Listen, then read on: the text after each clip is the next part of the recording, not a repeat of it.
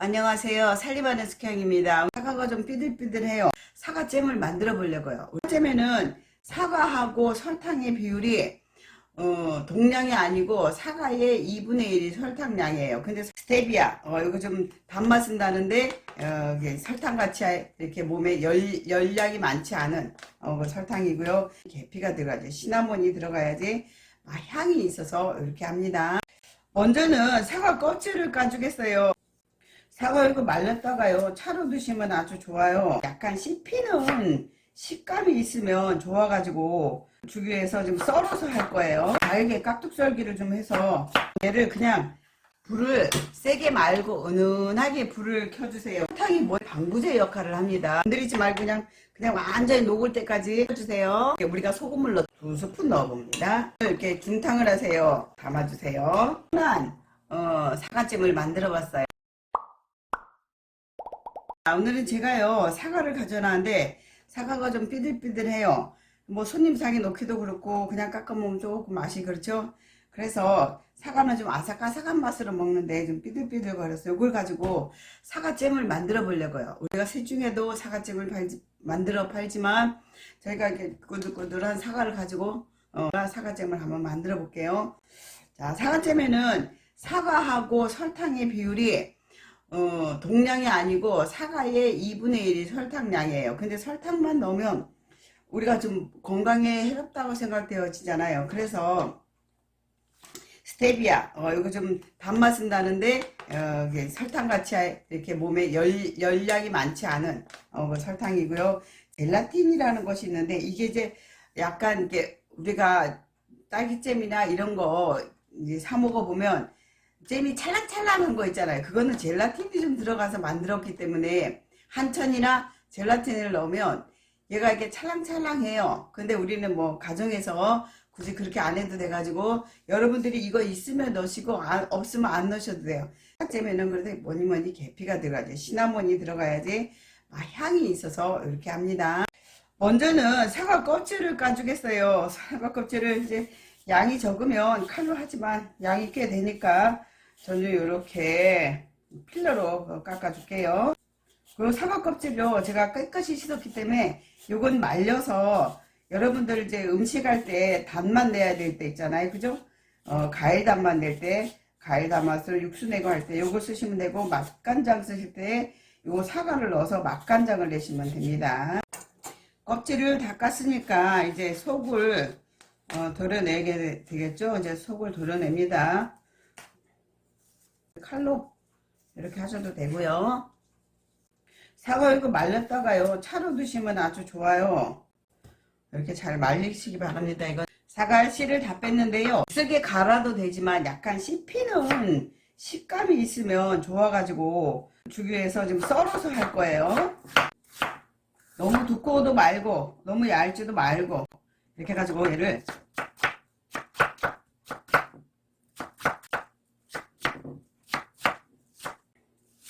이렇게 해서 좀 잘게 깍둑썰기를 좀 해서 저는 이렇게 해서 사용할 거예요.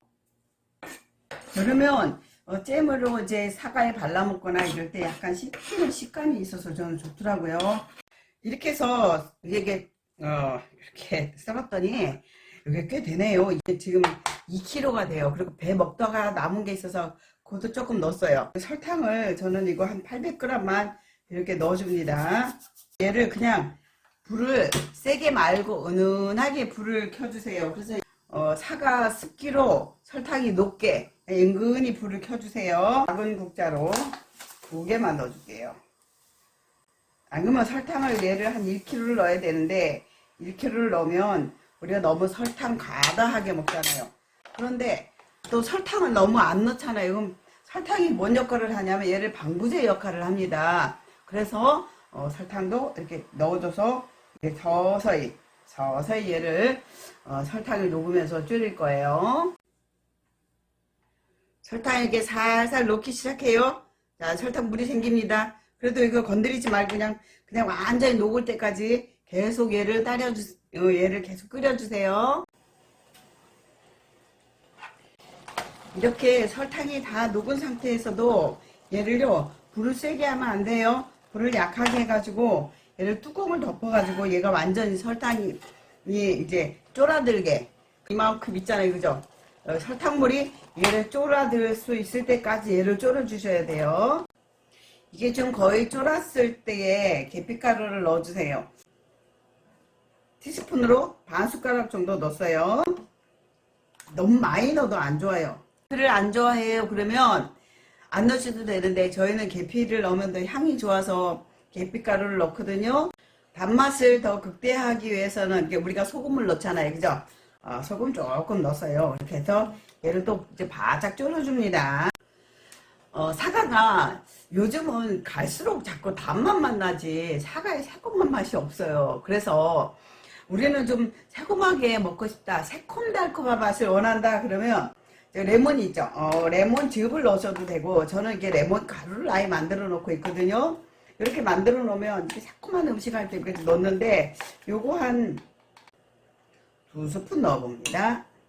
어느 정도 졸였을 때요, 요거를 그냥 요렇게 당글당글 하지만 이걸 그냥 두지 말고 이렇게 조금 약간 이렇게 좀 져서 가지고 약간만 좀 이렇게 문드러지게 이렇게 좀 해주세요. 이렇게 해가지고 이걸 졸이면 씹는 식감도 있고 좀 부드럽기도 하고 그래요. 이렇게 이게 더 좀 얇게 썰으면 더 빨리 얘가 이제 졸여지는데, 저는 조금 좀 크게 썰었나 봐요.